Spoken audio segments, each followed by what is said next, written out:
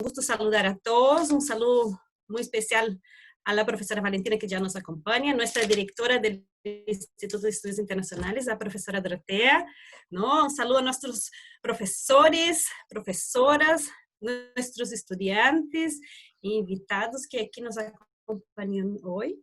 Así que un gusto inmenso saludarles y darles las más cordiales bienvenidas. Hoy vamos a tener como expositores la profesora Valentina Durán, que es profesora asociada de la Facultad de Derecho, ¿no? Igualmente es directora del Centro de Derecho Ambiental de la Facultad de Derecho, así como también profesora del Departamento de Enseñanza Clínica de Derecho y del Departamento de Derecho Económico. Así que también vamos a recibir a Andrés Reboledo, ¿no? Que fue ministro de Energía y director de DIRECON, y actualmente es decano entonces de la Facultad de Ciencias Económicas de la Universidad SEC.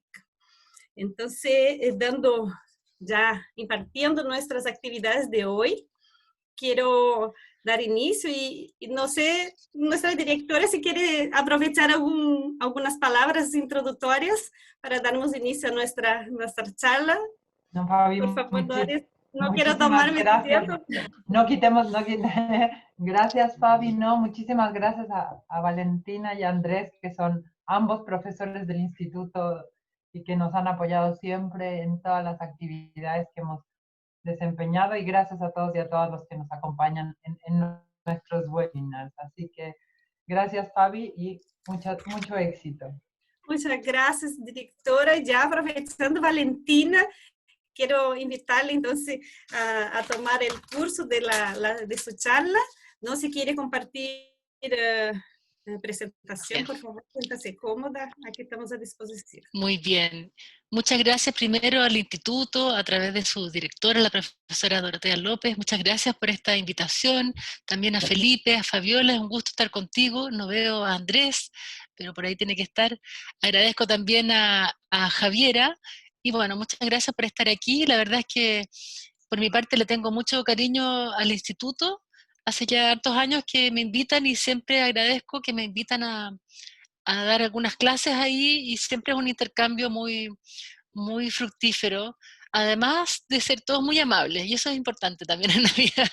Además de la calidad académica, es un ambiente muy simpático, y eso lo valoro mucho el instituto, y además, bueno, el Instituto de Estudios Internacionales juega un papel muy importante en la Academia Nacional, y siempre he tenido una gran relación con la Facultad de Derecho. Así que agradezco mucho esta invitación para hablar. Bueno, son 15 a 20 minutos que tengo que hablar al principio, después va a haber espacio a preguntas, así que voy a tratar de concentrar lo más que pueda esta presentación en un tema que indudablemente hoy es apasionante y es urgente, ¿no?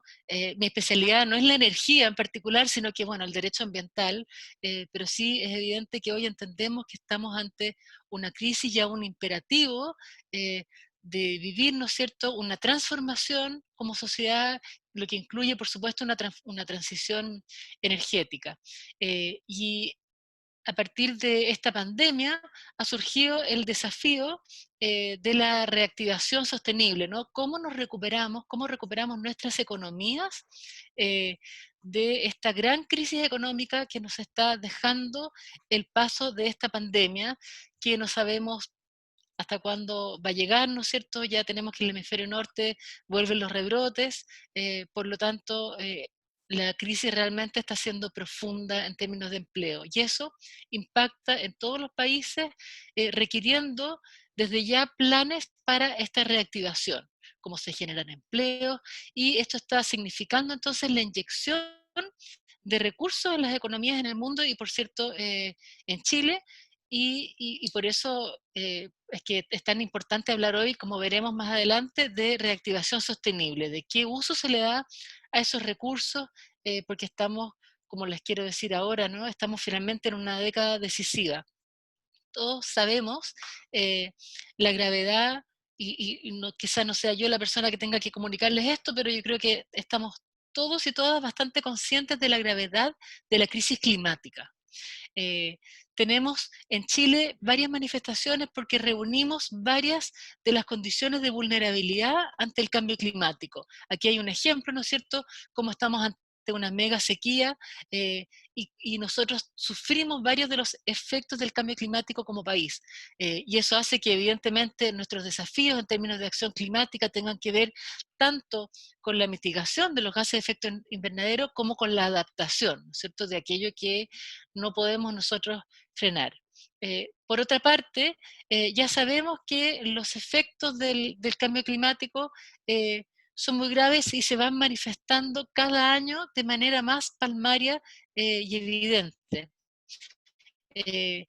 Así, cada año, ustedes habrán observado, si siguen este tipo de noticias, cada año se cumple el récord de calor, de temperaturas más altas en el Ártico y en general en todo el planeta. O sea, cada año es el año más cálido, eso es lo que está pasando hace ya varios años. Entonces, por ejemplo, eso provoca en el Ártico una situación muy grave, que es un punto de no retorno cuando se derrita el permafrost, que cubre el 25% de la Tierra.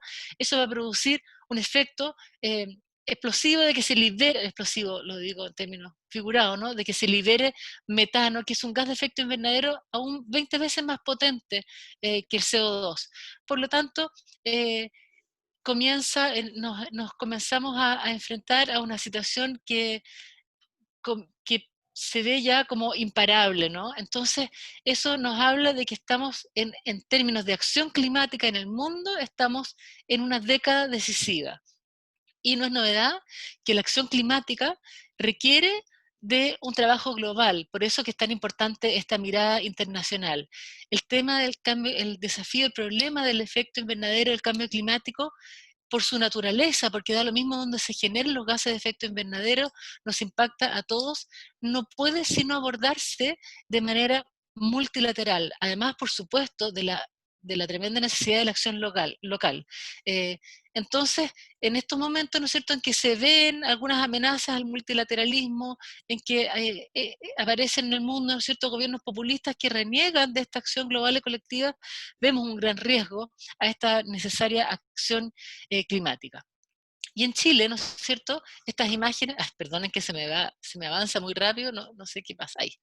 Y en Chile, ¿no es cierto?, esta crisis sanitaria y esta crisis climática nos afecta a todos, pero golpea con mayor fuerza a los sectores más vulnerables de la población. Está sumamente estudiado en el mundo que cuando se afecta el medio ambiente, se tienden a afectar de manera más acentuada a los sectores más vulnerables de la población. Y en Chile, esto se da en un contexto que nos llevó a un estallido social. Recordemos, parece que fue el siglo pasado, cuando nos situamos, no sé, en agosto, en septiembre del 2019, impresionante todo lo que ha pasado, ¿no? Pero hubo probablemente algunos de quienes están acá, estuvieron marchando en esa marcha por el cambio climático, sí, que siguió, ¿no es cierto?, que fue impulsada por los jóvenes como expresión chilena del movimiento Fridays for Future, y eso mostró que a las personas les importa el cambio climático, que les importa la crisis ambiental. Y esto fue seguido de este estallido social, ¿no es cierto?, que a pesar de que las causas las conocíamos a todos, nos sorprendió y que, como ya sabemos, nos llevó a cuestionar las bases de nuestro ordenamiento jurídico, y es por eso que en octubre estamos todos convocados, ¿no es cierto?, a votar por apruebo o rechazo, y en caso de tener una nueva constitución, votar acerca de qué tipo de convención queremos que sea la que redacte esta constitución. Es muy probable que este clima de estallido social resurja en la medida en que se va a ir agravando el malestar social con las consecuencias graves de la pandemia. Ese es el escenario en que estamos, creo que aquí todos tenemos conciencia de esta situación. Ahora, ¿en qué punto en esta crisis social, en este estallido, fue tema el problema ambiental y el problema climático? Nadie podría decir que estuvo en primera línea, porque quizás las principales cuestionamientos tuvieron que ver con el modelo en general, con la Constitución, con las pensiones, ¿no? Ya vemos lo que está pasando ahora con las pensiones, pero había parte de ese descontento, yo sostengo que tiene relación con con las sensaciones de abuso en general y con la sensación de abuso de las comunidades que han experimentado problemas ambientales, de las comunidades que experimentan hoy día escasez y falta de agua, por ejemplo, siendo esto algo muy crítico. Entonces es algo que se vio en las consignas, digamos, de este estallido social. Y yendo más al área internacional y al área económica, si bien la ciencia ya nos viene advirtiendo hace mucho tiempo de la gravedad de esta crisis climática, en el mundo de la economía también ha ido recibiendo esta situación, y el Fondo Monetario Internacional, ahí vemos a Christine Lagarde, y a principios del 2019, antes incluso de la pandemia, había advertido que si la temperatura global seguía aumentando al ritmo que lo estaba haciendo hasta ahora, el PIB mundial podía bajar entre 15 a 25%. Agreguemos entonces ahora el efecto de la pandemia. Además tenemos que el IPBES, que este panel internacional en materia de biodiversidad, también nos ha advertido muy recientemente que las especies se están extinguiendo a un ritmo acelerado sin precedentes. Y al establecer las causas, la principal causa es la acción humana. Entonces estamos destruyendo la naturaleza de la cual somos parte. Indudablemente que esta situación de pandemia nos habla también, tiene causas ambientales, en el sentido de que cuando hablamos de la zoonosis, hablamos de la relación, de cómo se nos transmiten enfermedades desde los animales a las personas, porque estamos también alterando los hábitats de las especies. Y también los economistas más reputados han dicho, y las economistas también, han dicho que el costo de la inacción es más alto que el costo de la acción climática. Eso lo dijo Stern hace 10 años atrás. Entonces, ya el mundo de la economía pareciera estar entendiendo esto, que normalmente es el más resistente, y estamos entonces en una década decisiva. ¿Para qué? Para alcanzar las metas de carbono neutralidad al 2050. ¿Y cuál es la meta en términos globales? Es reducir el aumento de la temperatura global. Se decía, lo que dijo el Acuerdo de París es que no aumente a más de 2%, pero ya el IPCC, los científicos nos dicen que tenemos que aspirar a que no aumente más de un 1,5%, porque como dice la profesora Maisa Rojas, ¿no? de nuestra universidad, cada grado, medio grado importa, es muy trascendental en los efectos que vamos a ver, y esto también, por supuesto, que tiene un impacto en la economía. Ahora, esta situación de crisis climática tiene también sus respuestas desde el derecho positivo, desde las leyes. Estamos en Chile, se está tramitando una ley marco de cambio climático que es muy importante, y espero que se apruebe a pesar de todos los defectos que pueda tener. Si a mí me preguntan, ¿quiero esa ley ahora o la incertidumbre de que sea aprobada, de cómo se tramite en gobiernos que vienen? Yo la querría tal como está en este momento. Entonces tenemos desafíos, en todos los países tenemos desafíos de cómo integramos la acción climática en todo nuestro ordenamiento jurídico, en todos los sectores de la economía, en todas las áreas de la gestión pública. Pero también tenemos las respuestas que nos va dando el derecho a través de las cortes y de los tribunales, porque hay un movimiento muy importante de litigación climática a lo largo del mundo, y así tenemos aquí, les traigo dos ejemplos. En Colombia ha tenido sentencias de la Corte Constitucional y de la Corte Suprema ordenando la protección de la Amazonía, incluso declarando en otro caso a un río, el río Trato, como sujeto de derecho. Esto es muy entretenido para nosotros los abogados, ¿no? Porque nos van alterando y cuestionando las categorías tradicionales del derecho.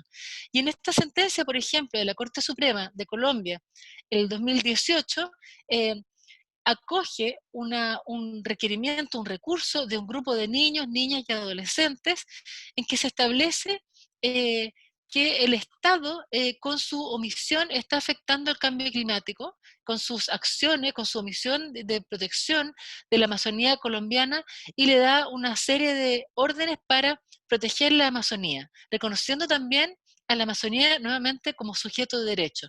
Pero ahí se establece, ¿no es cierto?, las omisiones del Estado en cuanto a permitido la deforestación, perdón.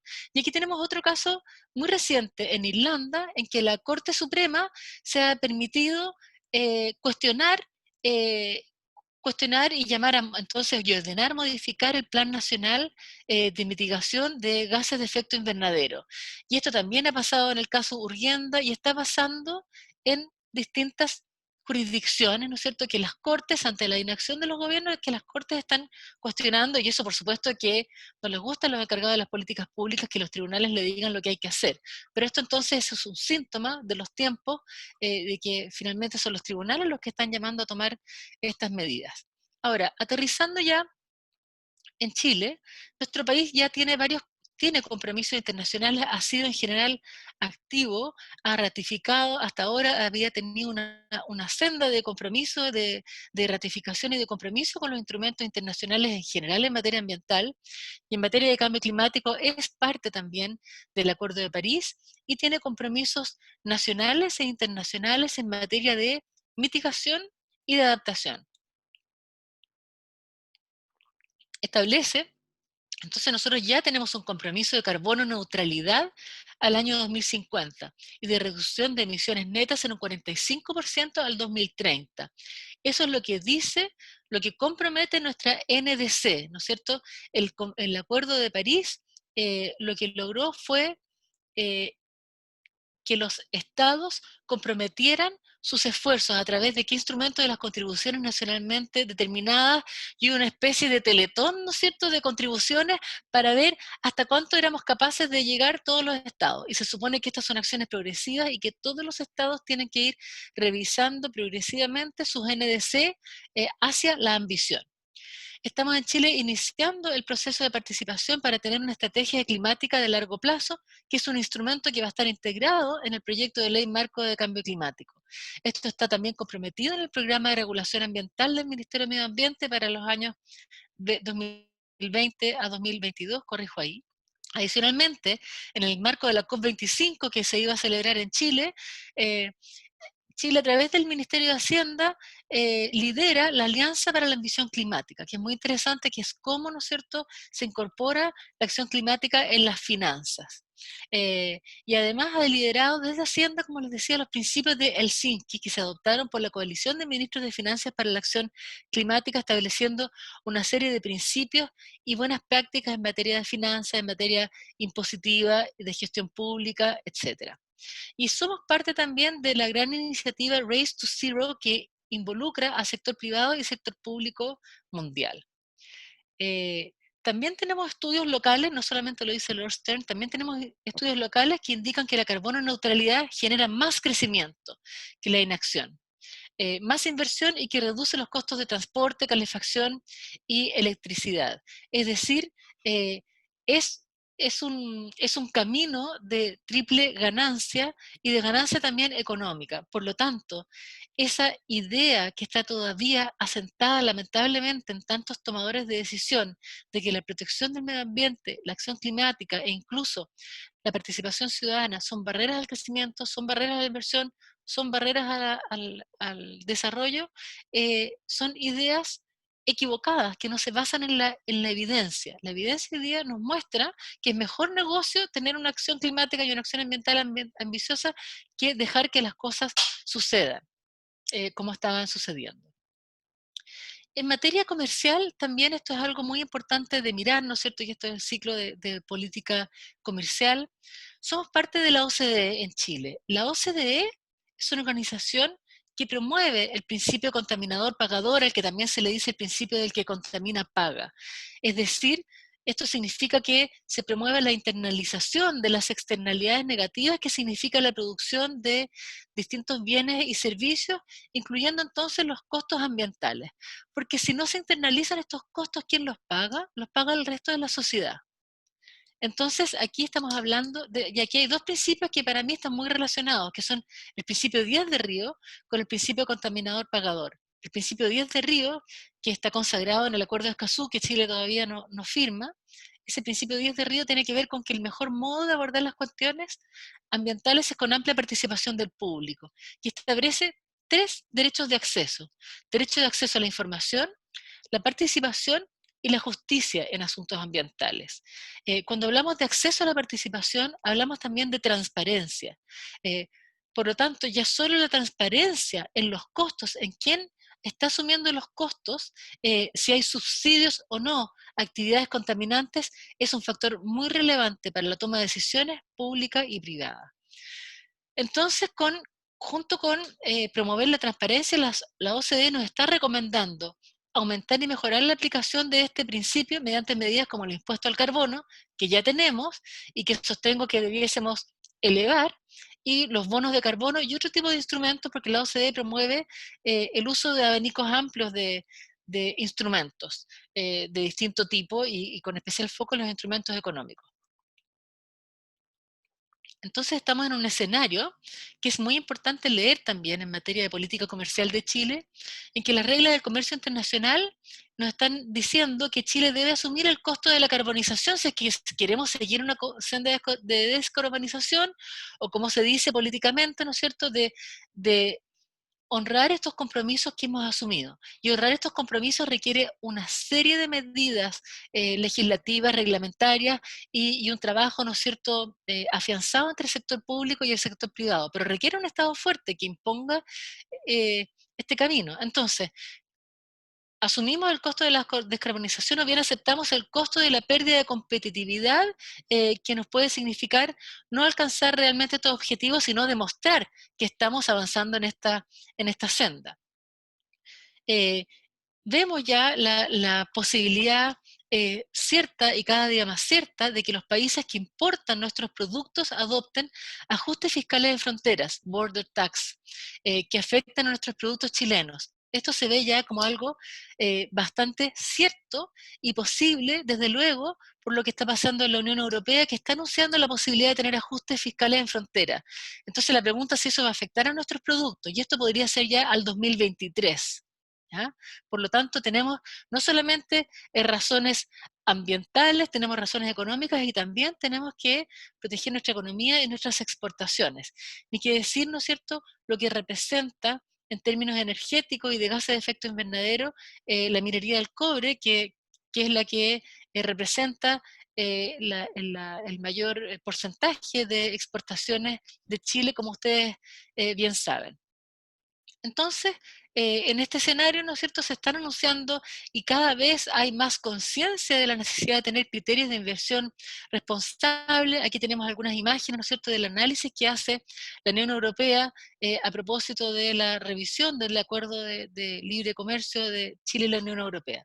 Y en todo este contexto surgió esta iniciativa en la que tuve el honor de participar y más importante que el que yo haya participado en eso, es que la Universidad de Chile asumió este compromiso.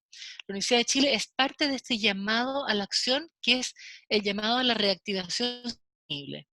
Esta es una iniciativa muy transversal a la que sé que está todavía abierta. Se había cerrado, pero hubo mucho llamado a participar y todavía cualquiera puede entrar a ese link y poder unirse a este llamado a la reactivación sostenible. Hay ya 661 instituciones que se han comprometido, incluido la Universidad de Chile, lo que me alegra mucho, por supuesto, centros de estudio, gremios, ONGs, empresas.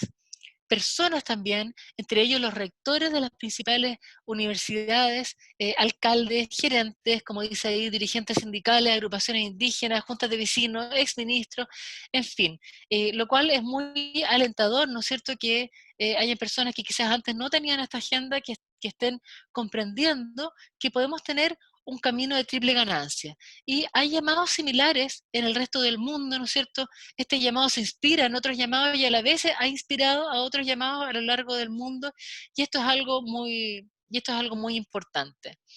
Ahora no voy a dar yo detalles de cuáles serían las medidas, esos son aspectos quizás más técnicos, pero estamos en un momento en que han habido también declaraciones de intenciones del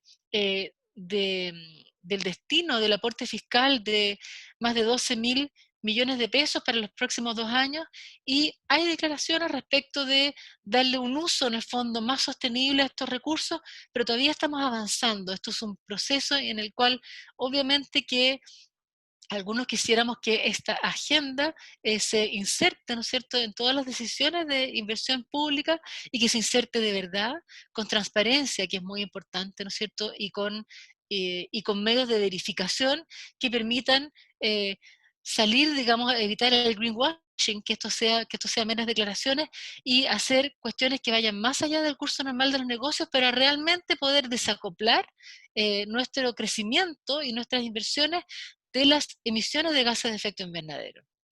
Y este escenario además nos habla de la importancia de la relación que tiene que tener el Estado y las decisiones de políticas públicas con la ciencia. Y, por ejemplo, si observamos la relación estrecha que existe entre la contaminación atmosférica y la letalidad y la cantidad de muertes por coronavirus, porque existe una relación en el sentido de la mayor vulnerabilidad de las personas que están expuestas a mayor contaminación, vemos entonces que es rentable, bajo todo punto de vista, ¿no es cierto?, invertir en descontaminación atmosférica. Esto significa, por ejemplo, invertir, como lo que se anunció recientemente, de la baja de la tarifa eléctrica en algunas comunas del centro y sur del país para poder promover la calefacción eléctrica, en vez, ¿no es cierto?, de la calefacción a leña, que tiene un costo enorme en términos de salud y de muertes. Entonces, ese tipo de medidas y de anuncios van en la senda correcta. Hay un conjunto de medidas que permiten un camino de triple ganancia, y eso es un trabajo muy importante de economistas que puedan valorizar esas medidas, de quienes conocen el estado de las mejores tecnologías disponibles en cada sector. Por ejemplo, si se va a salvar a algunas empresas, bueno, salvarlas con algunas condiciones de sustentabilidad y de gases y de impacto, digamos, y de huella de carbono. Fomentar, por ejemplo, la inversión en la industria nacional de la valorización de residuos, consolidar el retiro de las centrales a carbón, generar e invertir, tener planes de infraestructura resiliente, perdón, se me fue, invertir en electromovilidad, invertir en ciclovías, aumentar las energías limpias, la aislación térmica, todo este tipo de medidas que ustedes ven acá son medidas que se plantea como medidas de triple ganancia: ganancia económica, ganancia social y ganancia climática y ambiental. Y, por cierto, eliminar la franquicia que hoy tenemos al diésel y elevar el impuesto verde, potenciar el hidrógeno verde. Esos son ejemplos de medidas que podrían impulsar una reactivación sostenible. Ahora, desde el derecho, para mí es muy importante establecer el cómo adoptamos estas medidas y cómo seguimos en esta senda, porque está visto, ¿no es cierto?, que las medidas requieren de legitimidad, y esto tiene directa relación con las crisis políticas, los problemas de credibilidad y con los desafíos de la democracia. La legitimidad de las medidas, la transparencia eh, es realmente un factor muy importante de todas las políticas públicas hoy día. La unidad de los consensos, el uso combinado de instrumentos, y lo digo, lo ejemplifico con el garrote y la zanahoria, ¿no es cierto? Tanto prohibiciones que son válidas, el ejemplo de la ley de bolsas plásticas estableció una prohibición, no pasó nada, no se cayó el mundo, es posible tener prohibiciones, es un ejemplo menor, pero hay otros, y también los estímulos. Eh, los derechos humanos, cuando hablamos de justicia climática, hablamos de acción climática que considere los derechos humanos, que considere la democracia ambiental, con derechos de acceso a la información, a la participación y a la justicia ambiental. Estos son derechos de acceso que están reconocidos en el Acuerdo de Escazú, del cual soy muy partidaria y no dejaré de lamentar y de tratar de empujar al gobierno a que firme el Acuerdo de Escazú, honrando los compromisos que como política de Estado había tenido nuestro país. Esto tiene que ver con reactivación sostenible, tiene que ver con las decisiones económicas. Y, por supuesto, con una nueva constitución, que yo esperaría una constitución ecológica, una constitución que incorpore este desafío ambiental y climático, que se fijen derechos y deberes, un objetivo del Estado que sea consistente con esto, y lo mismo los principios que debe contener la constitución. Por lo tanto, más allá de las medidas específicas, sus costos y sus beneficios, que son materias que yo dejo con humildad a los técnicos y a los economistas, me importa mucho establecer el cómo se toman estas medidas, y sobre todo el elemento de la transparencia y el acceso a la información, que me parece fundamental. Entonces, para terminar, ¿no es cierto?, este llamado tiene que ver con enfrentar esta crisis económica en coherencia con los compromisos que ya se han establecido, que hemos adquirido a nivel internacional y a nivel nacional, para lograr lo que llamamos una reactivación resiliente y sostenible. Estos acuerdos no pueden ser de papel, y precisamente ahora en que debiésemos pensar en la justicia climática y digamos, aceptando y enfrentando este desafío tan urgente para la próxima década, básicamente.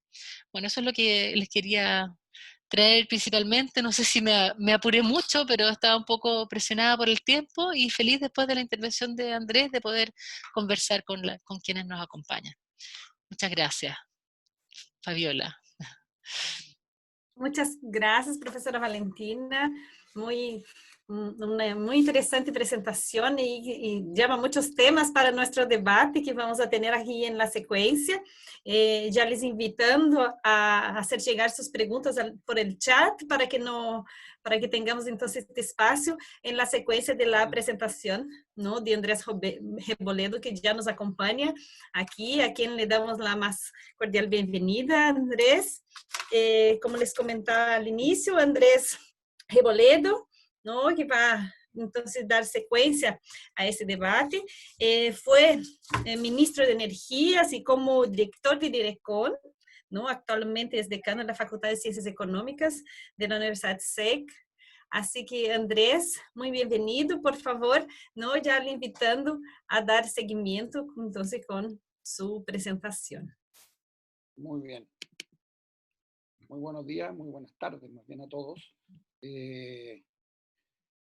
Tengo la presentación tradicional que uno comparte en Zoom aquí, pero verán ustedes que probablemente ocuparé solo algunas poquitas láminas, porque ya creo que en este tipo de diálogos hay que tratar de conversar un poquito. Un saludo a todos los amigos que veo por ahí también en las pantallitas. Valentina, también gusto de verte. A ver, transición energética, reactivación sostenible.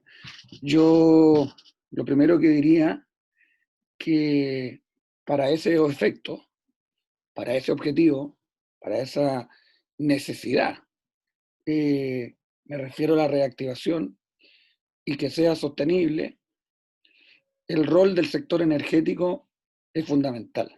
Fundamental en el mundo y, por cierto, y particularmente también lo es en Chile.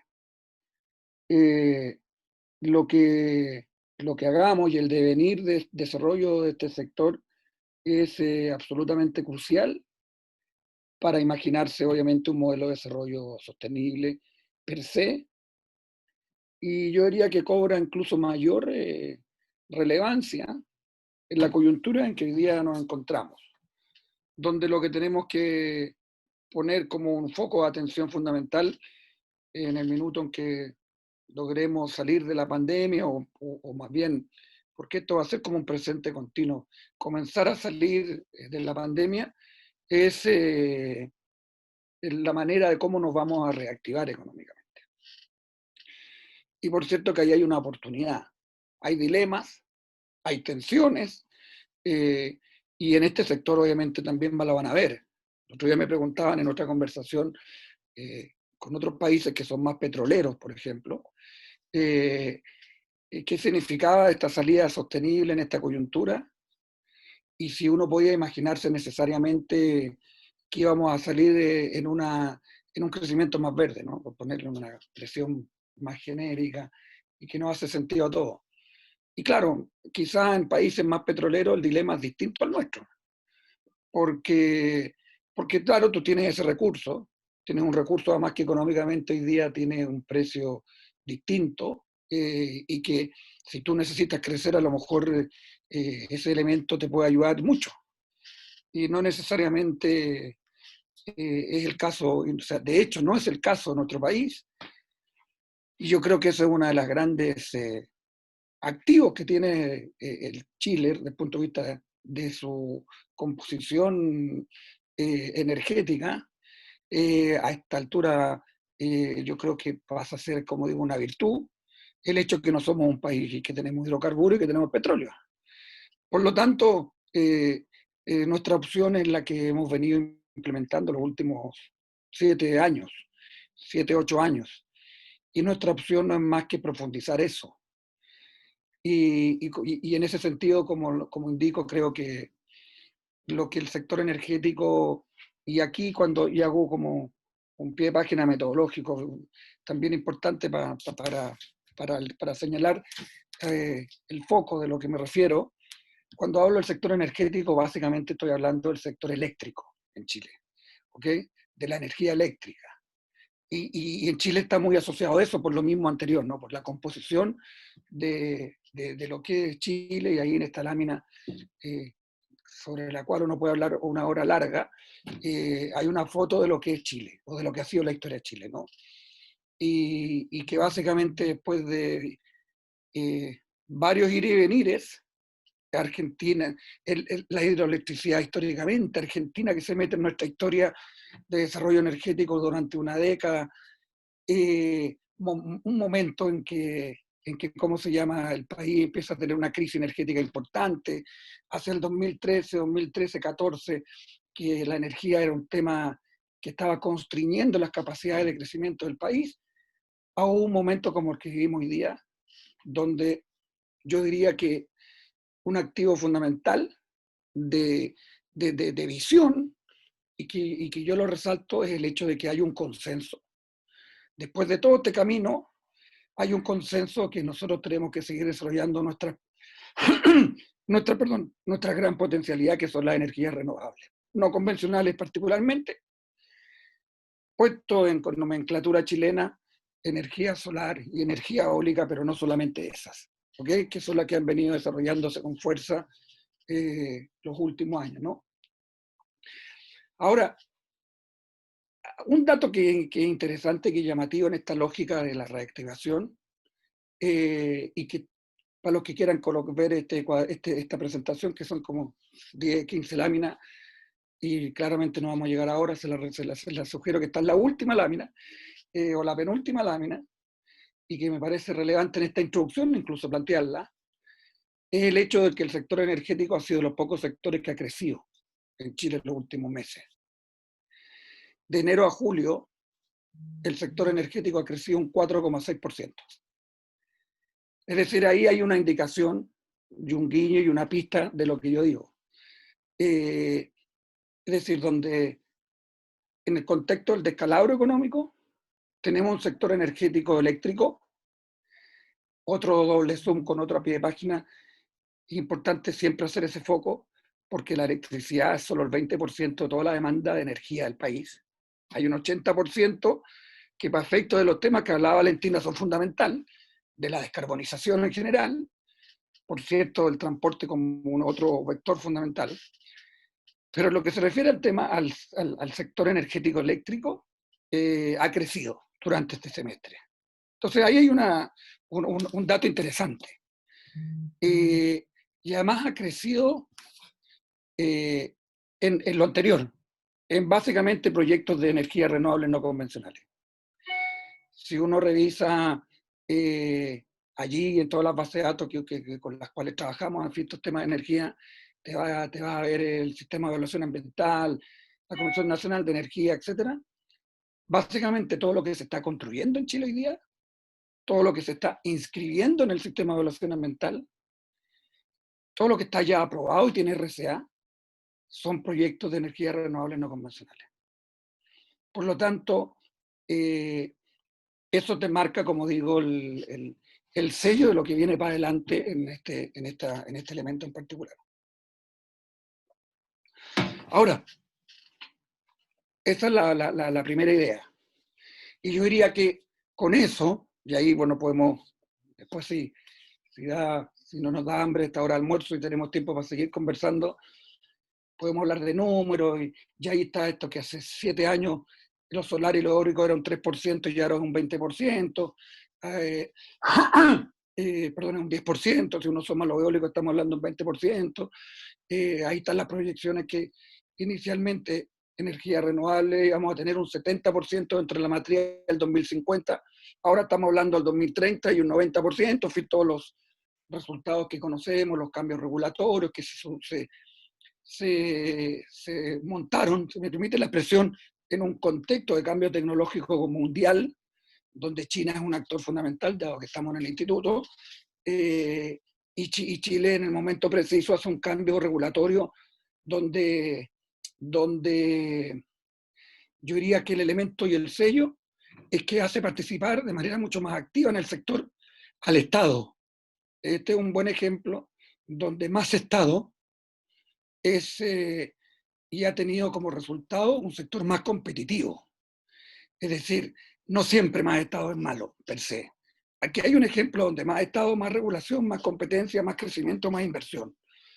Y Y eso, todo esto, en esta fotografía general con los elementos principales, yo diría que constituye lo que podríamos llamar la transición energética de Chile 1.0.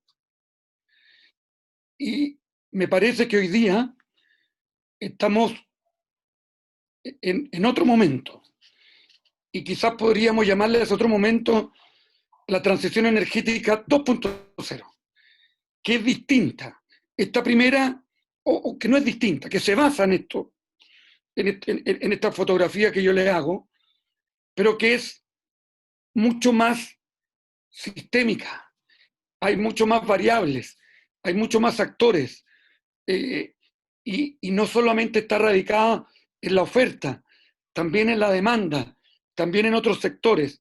Y por lo tanto, hoy día yo diría que lo central, que está marcado nuevamente por tendencias también globales, que están ahí reflejadas en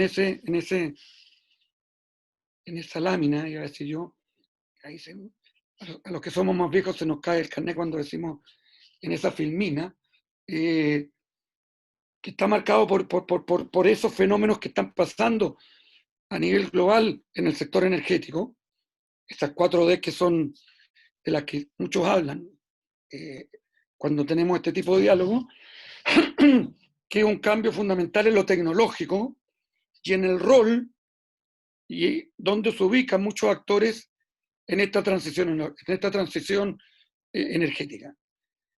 La primera era este cambio de matriz de generación eléctrica y la tendencia para adelante, cómo se va a desarrollar lo mismo.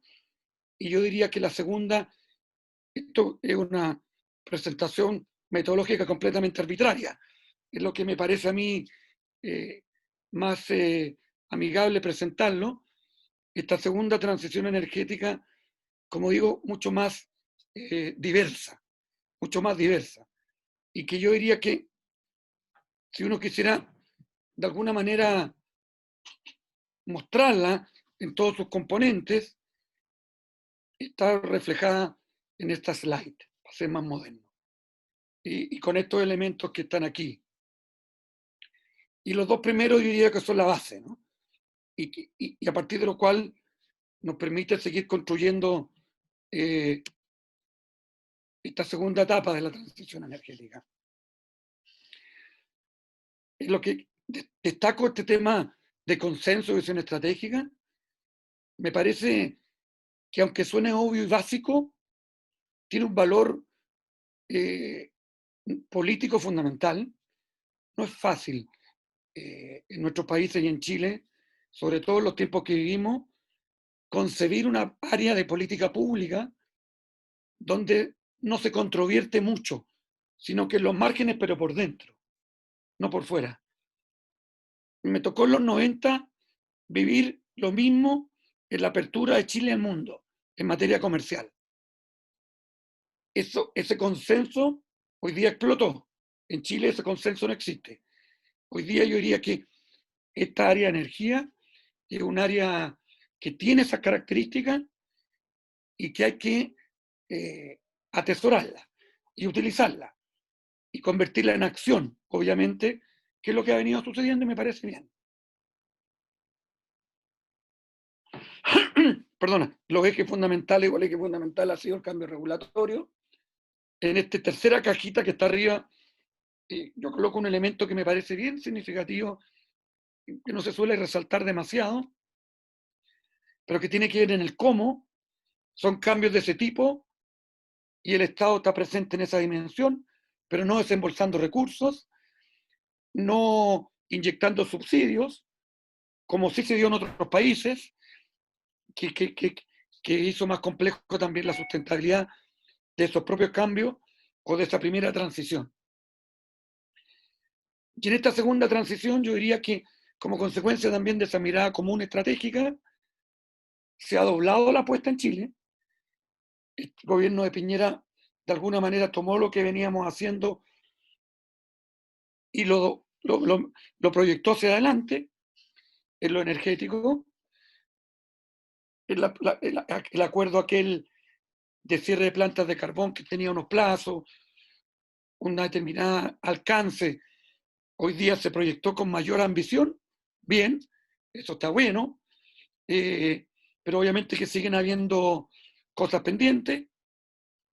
Para efectos de alcanzar otras de las apuestas en que se dobla esta, que es ya no solo el 70, 90%, sino que 20, 50 carbono neutralidad. Ahí se va a estar entretenido cómo eso se refleja en la discusión política a propósito de la ley de cambio climático. En fin, está muy bien eso. Son cosas que son buenos dilemas, son buenos desafíos, pero obviamente que habrá que seguir trabajando algunos elementos importantes. En ese contexto a mí me parece fundamental meterle mano al instrumento de impuesto al carbono. Creo que el que está hoy día no tiene sentido en esta lógica de cambio y de un crecimiento en que queremos dar señales, en este caso para la sostenibilidad de la energía limpia, en monto, en el quantum, esos $5, pero sobre todo en la manera de aplicarse. No tiene sentido que lo paguen los renovables, por ejemplo. Una parte importante, porque es un poco latero lo técnico, pero al final eso es lo que está sucediendo. Y dos o tres elementos, y con esto termino porque creo que es una hora crítica esta. Decía que hay muchos más actores, hay un rol que le va a caber mucho más activo que lo que ha tenido hasta ahora en Chile a la demanda energética. Esto expresado en los grandes clientes, los clientes libres, la minería, la ley de eficiencia energética que pronto va a entrar en vigencia, que algo va a mover, quizás no mucho la aguja, pero algo va a mover, pero también nosotros, los que somos regulados, los que recibimos la electricidad en nuestras casas, en nuestras instalaciones. ¿Cómo se va a expresar en Chile la figura del prosumidor, la generación distribuida? Vamos a digitalizar las redes. Ahí está todo este rollo que nos entretuvimos durante meses, que hubo incluso impacto político por los famosos medidores inteligentes. Una norma y una regulación que ya no se ha modernizado, que es la distribución, la electromovilidad que hablaba la Valentina, que significa tener autos cargados y que puedan estar en dos direcciones, etcétera, etcétera. La demanda, en todos estos conceptos, y en esta transición energética va a jugar un rol importante que hay que tener en consideración, así como otros tipos de consumos, más allá de la energía eléctrica que consumimos habitualmente, como puede ser fundamentalmente, en el caso de nuestro país, es como un elemento central la calefacción, dado aquí la realidad de este tema pega más fuerte no en Santiago, sino que en el sur.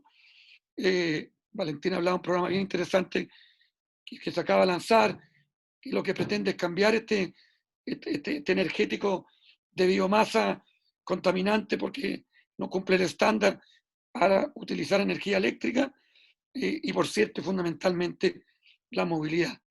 O sea, el otro 30-35% de emisiones en esta lógica de ir a la carbono neutralidad después de la generación es el transporte. Entonces, obviamente que ahí se requiere un paso fundamental. Chile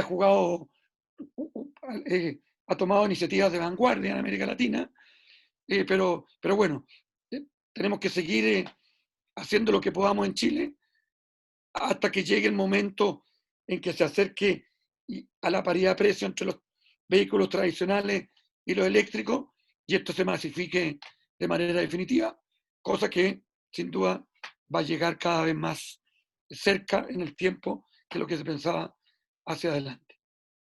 Muchas gracias. Andrés, muchas gracias por la interesante presentación, ¿no? Y que complementa mucho de lo que también habló Valentina. Entonces, complementan un tema de debate muy importante, sobre todo el tema energético, ¿no? Una énfasis ahí que incluso ya tengo algunas preguntas que me llegaron desde el profesor Rodrigo Contreras, y ya invitando a todos y a todas que quieren hacer preguntas, hacer reflexiones, ya pueden compartir por el chat o eventualmente, si nos da el tiempo, pueden hacer la manifestación directamente. Entonces, ya dando seguimiento a este espacio que nos brindan los palestrantes, la profesora Valentina y Andrés, ¿no? Y yo quiero, la verdad son dos cuestiones que yo creo que en cierta medida se enderezan a los dos expositores, ¿no? Una que tiene mucho que ver con el tema de la infraestructura energética y un poco también la parte de las nuevas tecnologías. Entonces, yo creo que voy a empezar con una de ellas, a cual quiere complementar incluso la pregunta que hace Rodrigo, que es la siguiente pregunta. ¿Se sabía que había un umbral determinado por la tecnología para que las energías renovables no tradicionales aportaran a la matriz energética? Con el avance de la tecnología y las condiciones favorables del norte de Chile, el umbral de participación de este tipo de energías ha ido aumentando. Hoy en día, ¿cuál es el máximo que se estima que pueden aportar las energías renovables no convencionales a la matriz energética de Chile? Y yo complementaría esta pregunta en cierto punto, recordando la presentación dispositiva anterior que hizo Andrés Reboledo, ¿no? En que muestra un poco de la fotografía de Chile en relación a las distintas matrices energéticas, ¿no? Y aprovecharía de preguntar si Chile también considera incorporar en sus maneras no tradicionales, ¿no? De aportar energía, la energía marimotriz, ¿no? Entonces, yo creo que ahí, ya invitando a nuestros expositores que puedan hacer comentarios respecto de esta primera pregunta y después vamos dando a secuencia porque son muchas preguntas, entonces no quiero, y con miradas distintas, entonces para no confundir los temas, les invito a que puedan comentar esta primera pregunta. Ok, que la tomo yo, Fabiola. Tómala tú, Andrés, porque eres más experto en estos temas. Ok, súper rápido. Lo primero, como dicen los políticos, te agradezco la pregunta, Rodrigo, porque es crucial, es crucial. Efectivamente, más energía solar, más energía eólica, más variabilidad en el sistema. Es decir, son energías intermitentes. Todavía, subrayo, todavía tienen ese carácter. Pero a fin de este año vamos a tener en Chile energía solar 24 horas. Parece raro, pero existen cambios tecnológicos en la manera de suministrar la energía eléctrica que, aprovechando el recurso renovable, va a permitir solventar ese gran desafío que es la variabilidad. En Calama tenemos un proyecto extraordinario que probablemente se va a replicar en muchos otros lugares en el norte de Chile, donde un determinado generador eléctrico durante el día provee electrones por su planta fotovoltaica tradicional y en la noche ha tenido todo el día en otra planta la posibilidad de calentar unas sales en una torre del porte del Costanera, sales que están en una temperatura de 400 grados y que en la noche la utiliza con una combinación de agua, generar vapor y turbinar el vapor y generar electricidad. Una termo que permite generar electricidad acumulando esa energía solar de esa forma. Y por lo tanto, ese señor con energía solar va a poder producir durante 24 horas energía eléctrica. Así como otro señor que probablemente cuando el precio de equilibrio le llegue, va a tener ahí mismo en el norte, en un gran acantilado, una planta fotovoltaica, inyecta al sistema, el resto de la energía bombea al agua del mar, hace un embalse y en la noche cuando no hay sol, el agua la tira de nuevo al mar y eso genera electricidad hidroeléctrica. Energía solar nuevamente 24 horas. Otro señor que hace lo mismo, mucho más sencillo, pero en vez de hacer todo lo anterior, la energía que no usa en el día la acumula en unas baterías. Y las baterías son parte de la electricidad que suministra el sistema en la noche, etc. La tecnología en este sector es súper disruptiva, y lo interesante es que no solo genera estos quiebres, sino que llega pronto al punto de equilibrio económico. Y eso es fundamental para Chile, porque como todos sabemos, bueno, Chile es casi el único país de América Latina que tiene todos sus segmentos del mercado eléctrico completamente privatizados, más allá que exista un regulador. Y particularmente en el sector generador, donde es un mercado tradicional. Por lo tanto, es fundamental en ese sentido. Y hago este punto para conectar con la segunda pregunta de Fabiola, porque claro, a diferencia de muchos países, Chile tiene recursos solares, eólicos, se nos mueve el piso, tenemos geotermia, el problema es que estamos ahí arriba de la cordillera y es cara todavía traerla, y tenemos mar, que nos baña a lo largo, pero todavía es cara. Todavía no da para que competir, además en un sistema particularmente que ha tenido un cambio en términos de precios, que ha sido un desafío fundamental a los actores. Solo un dato. Hace 6 años en Chile habían 10, 15 actores, empresas, compañías, consorcios. Hoy día en Chile deben haber, no sé, tiene un carril, 200 empresas. O sea, cambió enormemente el perfil, es mucho más competitivo. Los 4 grandes todavía producen el 70 al 80, pero el otro 20% son muchos actores de muchos países. Los gringos, los españoles, los chinos están entrando últimamente. ¿Qué ha significado esto? Que hace 5 años el precio de la energía era $140 el megawatt hora promedio en la licitación eléctrica, hoy día es 32,5. 140, 32,5. Eso es la consecuencia de este cambio. Gracias, Andrés. No sé si quiere hacer algún complemento, Valentina. Le invito a Andrés, no sé si es posible dejar y compartir la pantalla, y yo creo que, o si quiere mantenerlo, no hay problema.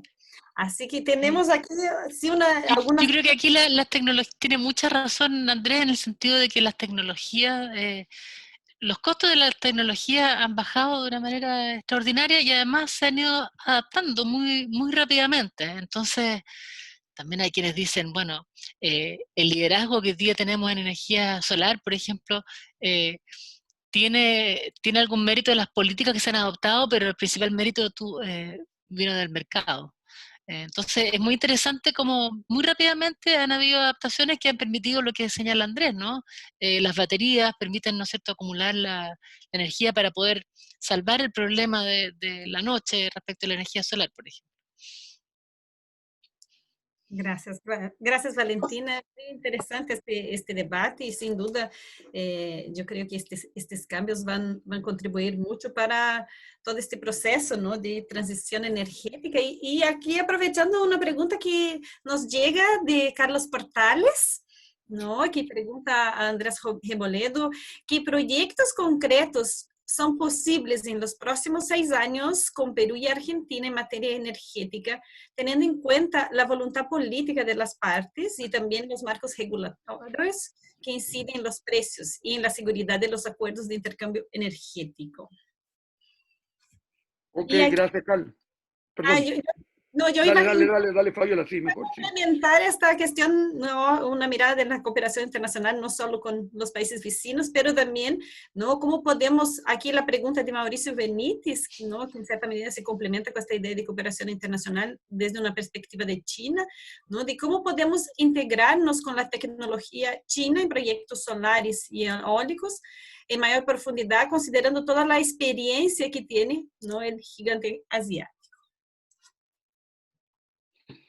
Ok, gracias. Mira, efectivamente un otro elemento importante en esta transición 2.0 es la posibilidad de tener una viabilidad real de un intercambio transfronterizo de energía eléctrica en particular, que es un bien, de hecho, es un bien que uno lo va a encontrar incluso a los que estábamos en este mundo del comercio exterior, en las negociaciones, en un arancel aduanero. O sea, es un bien que se transa en el mundo, mucho. En América Latina la región que más está integrada es América Central. En América Central hoy día hay intercambio todos los días, a toda hora, particularmente en el Triángulo del Norte. Y en América del Sur, salvo Mercosur, que tiene una realidad histórica en lugares incluso donde tienen generación compartida, por el recurso agua que tienen, nosotros por lo menos hemos estado siempre como Chile bien desconectados de los socios, ¿no?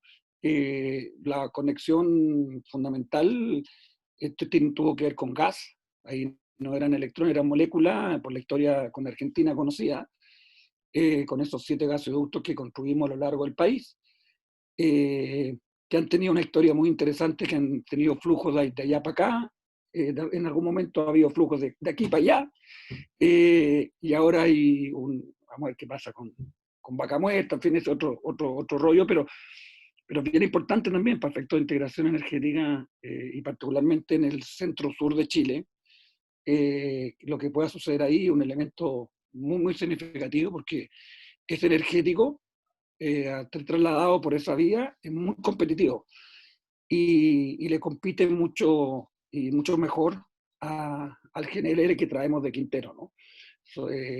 Entonces, bueno, ahí hay un debate de certeza jurídica que tiene varias dimensiones, pero diría yo que surgió nuevamente después de haber estado desaparecido como opción por mucho tiempo. Veremos qué pasa también en Argentina y si los actores empresariales se atreven a retomar ese vínculo, ¿no? Ahora, obviamente que los otros grandes polos de conectividad de Chile son Argentina en el norte. Tenemos, de hecho, en el norte chico una línea que nos conecta con Argentina, pero es muy eventual, y que está asociada a proyectos mineros. No es una línea tan gruesa como para imaginarse un comercio permanente y de envergadura. Con Bolivia políticamente me parece que hace inviable cualquier conexión en el estado que hoy día tenemos nuestra relación, lamentablemente, pero hay que ser realista y pragmático. Y con Perú, para responderle y terminar de responder la pregunta, Carlos, con Perú, ¿existen proyectos viables económicamente? ¿Existe el potencial que tenemos nosotros en el norte de energía renovable? Eventualmente el gas de ellos en el sur. Existe demanda, todo eso está estudiado, hay organismos internacionales que lo han hecho. Existen 2 proyectos que están evaluados, que une Arica-Tacna, incluso otro que llegaría una línea más larga Antofagasta-Arequipa, y tiene viabilidad económica, en fin. Y ahí lo que no hemos tenido, aunque no es el actor fundamental quien va a actuar en el negocio propiamente tal, pero tiene que crear las condiciones para que esta regulación sea y te permita y te habilite este proyecto. Lo que no hemos tenido es voluntad política de ambos países para de verdad sentarse y generar las condiciones.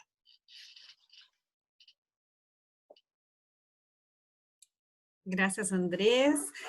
Valentina, si quiere hacer algún comentario, y aquí una pregunta que yo creo que toca un poco también ahí en la reflexión de Valentina como de Andrés, que es una pregunta que también llega desde Rodrigo Contreras, ¿no?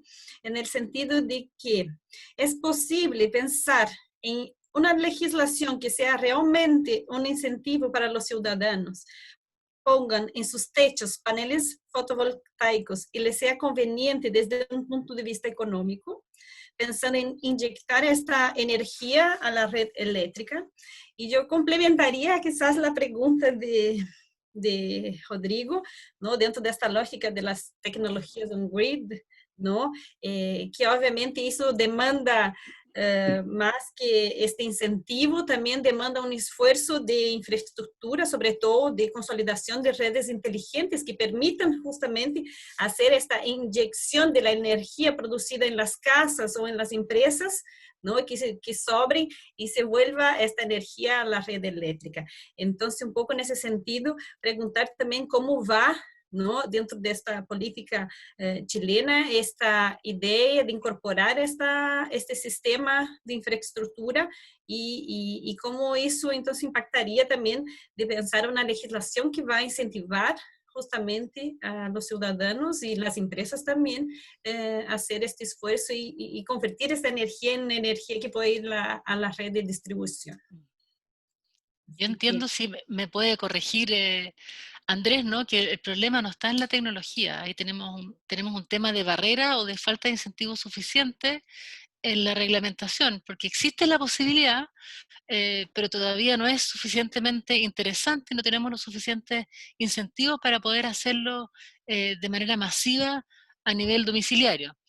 Tanto por una parte por la inversión, que es una inversión alta inicialmente, aunque se recupera, entonces ahí hay distintos tipos de instrumentos de crédito que se pueden dar, como por el pago que recibe, o la devolución, si tú quieres, que recibe el generador de generación distribuida, ¿no es cierto?, por esa energía que inyecta. Entonces ahí las distribuidoras te van a decir, bueno, pero págame la infraestructura, y ahí está un poco la discusión, pero seguro que Andrés lo va a explicar mejor que yo técnicamente, pero ahí todavía tenemos barreras que hacen que sea, bueno, que es evidente que todavía no es suficiente, y entiendo que las barreras no son realmente tecnológicas. Son barreras todavía reglamentarias, es algo que está, entiendo, espero en proceso de corrección. Sí, es como dice Valentina. Dos cosas de contexto. Lo primero, esto es bien relevante, me parece también a mí, en esta mirada también de transición 2.0, lo que viene. La energía distribuida, en su concepción más genérica, es decir, que fuentes de producción eléctrica van a estar ubicadas en distintos lugares y cerca de los centros de consumo, que lo que hace es evitar la necesidad de tener más infraestructura de transmisión eléctrica. También es una tendencia en la cual uno debería esperar hacia adelante. No solo respecto al autoconsumo en nuestras casas, en nuestros techos, sino que incluso en proyectos, no sé, de 9 megas, que estén inyectando a la propia red. Es decir, la tendencia de la atomización y de tener energía no solo en estas grandes plantas, sino que de muchas pequeñas y medianas, también podría ser algo que es uno imaginarse hacia adelante en el tiempo. Eso ayuda mucho y fundamentalmente, como digo, a evitar algo que es muy complejo desde el punto de vista comunitario, ambiental hoy día, que es la construcción de redes grandes de transmisión eléctrica, sobre todo en nuestro país, que tenemos que traer mucha de esta energía limpia del norte, ¿no? Eso es lo primero. Lo segundo, que hay un elemento bien importante que es económico-comercial. Es un poco como los autos eléctricos. Es difícil aquí hacer internalizar a la gente. Primero, internalizar, y segundo, que sea un negocio que le sea prioritario en su patrón de consumo. Porque efectivamente hay una barrera a la entrada por el precio inicial de la inversión. ¿Y por qué yo hago el caso de los autos eléctricos? Porque tanto en este ejemplo, los autos eléctricos, como la generación de los techos en la casa, el ejercicio relevante es el VAN.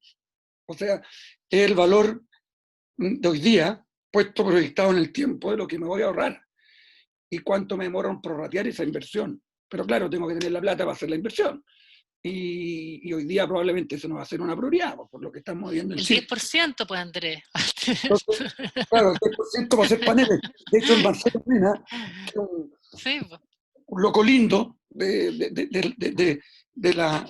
un loco cuerdo. Es un loco cuerdo. Un loco lindo. Sí, sí, fantástico. Llevamos mucho, Marcelo, hicimos muchas maldades. Entre otras, bueno, Sí. hay mucha gente aquí. El Marcelo propuso esto, el 10% verde, una cosa así, invertirlo en paneles. Pero está esa barrera en la entrada, como un primer elemento. Regulatoriamente, hoy día tú puedes vender la energía que te sobra. Claro, el precio de la energía, no la tarifa final, es un ajuste, pero no me parece que sea tan relevante. Hay que tener mejor inteligente para que te lo midan de los dos lados, pero tampoco me parece que es tan relevante. Me parece que lo fundamental es el momento cuando esta inversión inicial sea lo suficientemente interesante para que le compita y haga sentido para que le compita a tu empresa eléctrica que te está trayendo los electrones. porque tu panel compite con la empresa que te trae los electrones. Y cuando eso haga más sentido, esto va a despegar. Claro, si estás en Alemania y España te dan plata y tenéis subsidios, más fácil. Pero como aquí no es así, y entre otras cosas, a mí me parece bien, porque las platitas son escasas y hay que gastarlas en otras cosas, pero eso es otra discusión. Pero en algún punto eso va a llegar. Los que nos ayudan mucho con esto son los chinos. En la medida que los chinos sigan bajando el precio de la tecnología, esto va a seguir, vamos a estar más cerca del punto de equilibrio.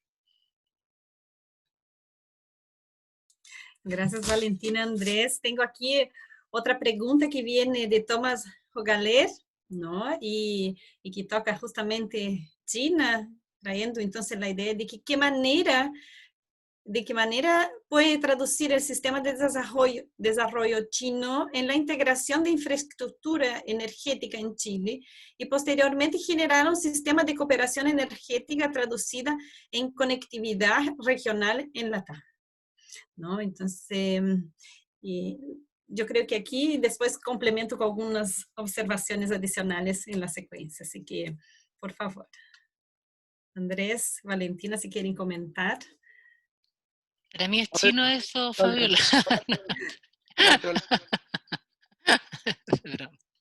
Adelante, Andrés. No, lo primero, estamos muy conectados con los chinos. Chile es un país completamente, probablemente Chile es el país más asiático de América Latina, en términos de sus vínculos comerciales, económicos, históricos, digamos, y con China en particular. Los chinos han llegado mucho más lento a Chile en despliegue de inversión que el resto de América Latina. Esto también se aplica a energía, pero ya la pillaron. Ya no sabría, bueno, pero ya están entrando. Y por ahora están comprando activos que ya existen. Y compraron Chinquinta, y los Tres Gargantas se fueron al sur a invertir en unas hidro. Están en generación, estuvieron empujando, en fin, están entrando a Chile. Y por lo tanto van a tener presencia. Y esta empresa que entra a Chile es probable que entre a Perú. De hecho, la empresa que compró Luz de Lima estuvo a punto de comprar una empresa eléctrica también en Chile, y por lo tanto esto también va a producir una cierta conectividad en Chile a propósito de la presencia de China. A mí me parece bien, no tengo ningún prejuicio, que compitan todos. Los modelos y las culturas de negocio serán distintas, pero me parece que mientras haya más competencia, mejor para todos.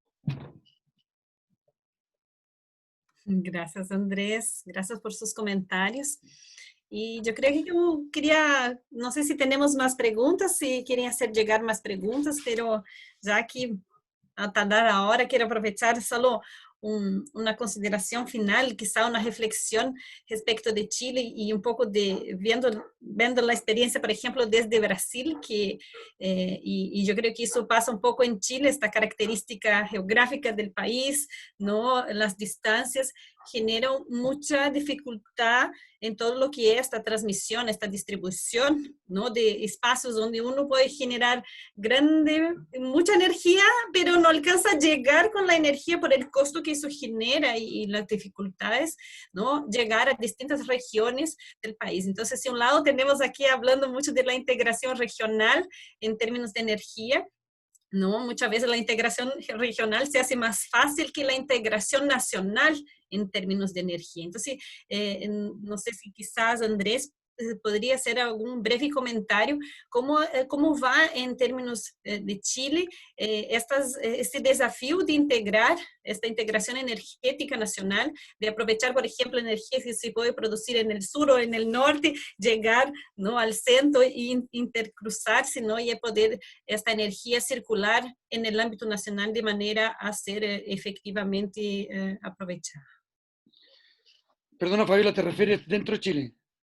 Sí, dentro de Chile la integración en términos de transmisión, distribución de energía, que de manera que uno pueda porque, por ejemplo, nosotros vemos en Brasil el gran desafío, ¿no? Que se hace mucho más fácil llegar a la energía desde Paraguay a San Pablo, do que traer toda la energía que tenemos en la Amazonía a San Pablo por la dificultad de llevar la energía, ¿no? Y me imagino que esta dificultad también está muy presente en Chile, donde quizá en el norte la energía solar, en el sur la energía del lago puede ser producida, pero que no necesariamente uno alcanza a llevar la energía del norte al sur y del sur al norte, de esta energía, esta transmisión de Mira, energía. el dato que uno siempre le gusta decir, porque llama la atención, impacta, es que si uno tomase toda la energía solar que pudiese producir en Chile, en el norte, podríamos abastecer 4 veces América Latina, incluido Brasil, imagínate. O sea, la capacidad instalada por la radiación que llega allá en el norte, que es la mejor del mundo, son 70 veces la capacidad instalada que tiene Chile hoy día. ¿Okay? Eso es una cuestión teórica, ¿no? Obviamente, pero para poder dar una dimensión de lo que estamos hablando en términos del recurso que tenemos, ¿no? Ahora, claro, obviamente si tú no puedes evacuar esa energía y llevarla a los centros de consumo, no tiene valor cero, ¿no?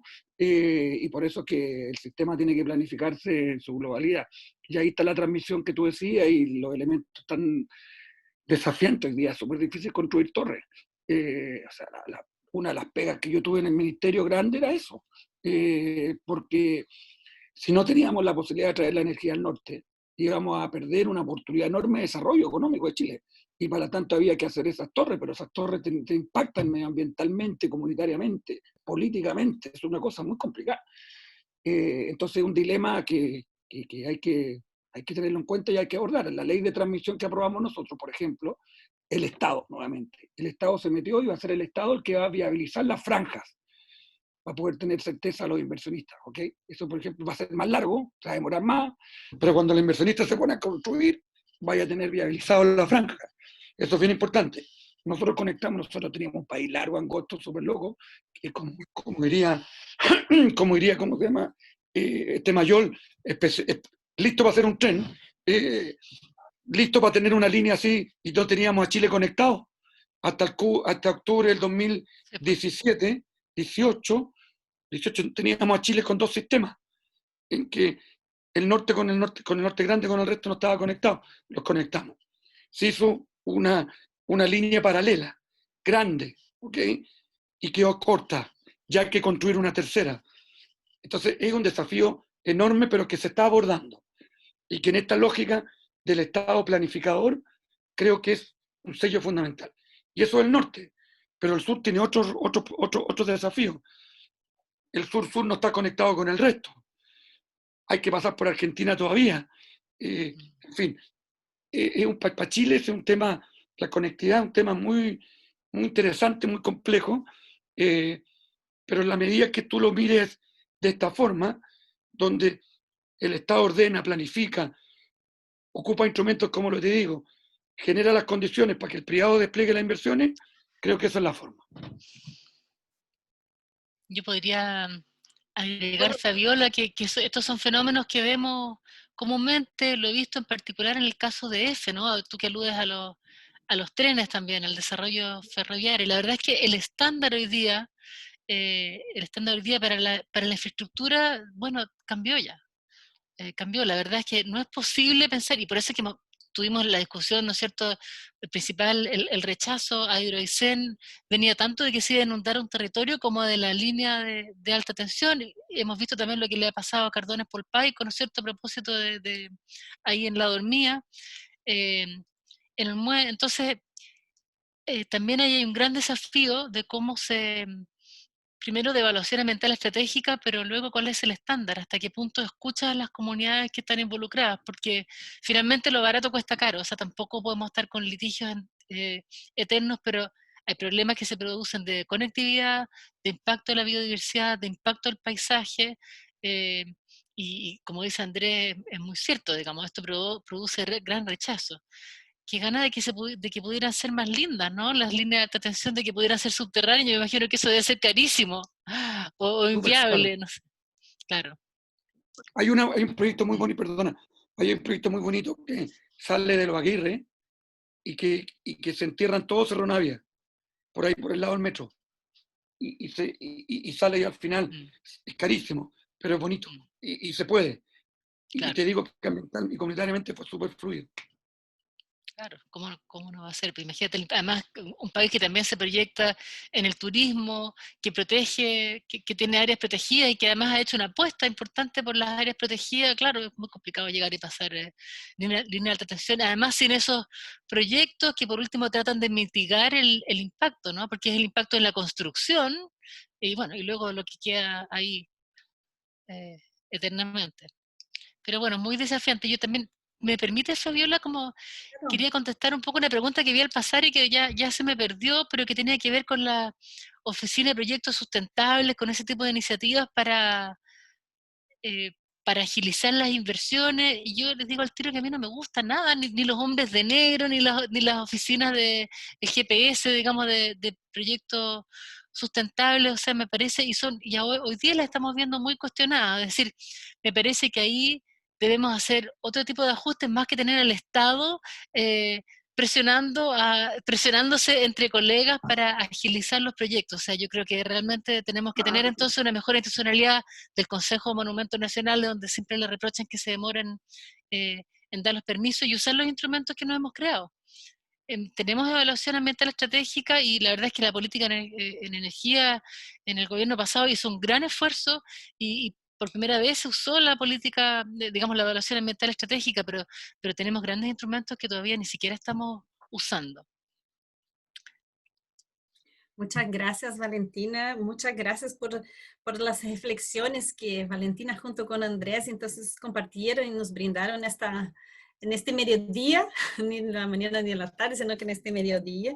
Sin duda, esa discusión de la transición energética y pensando sobre todo desde un punto de vista de reactivación sostenible, exige pensar, ¿no?, de una manera mucho más integrada los temas, ¿no? Y yo creo que ustedes evidencian en el marco de esta discusión, ¿no?, que es una temática compleja, pero importante y fundamental, como ya bien mencionó Valentina, ¿no? Nos urge discutir estos temas. Entonces, es un agrado poder contar con la presencia de ustedes aquí, ¿no?, nos brindando entonces con esta discusión bastante actual, importante, entonces, sobre la temática.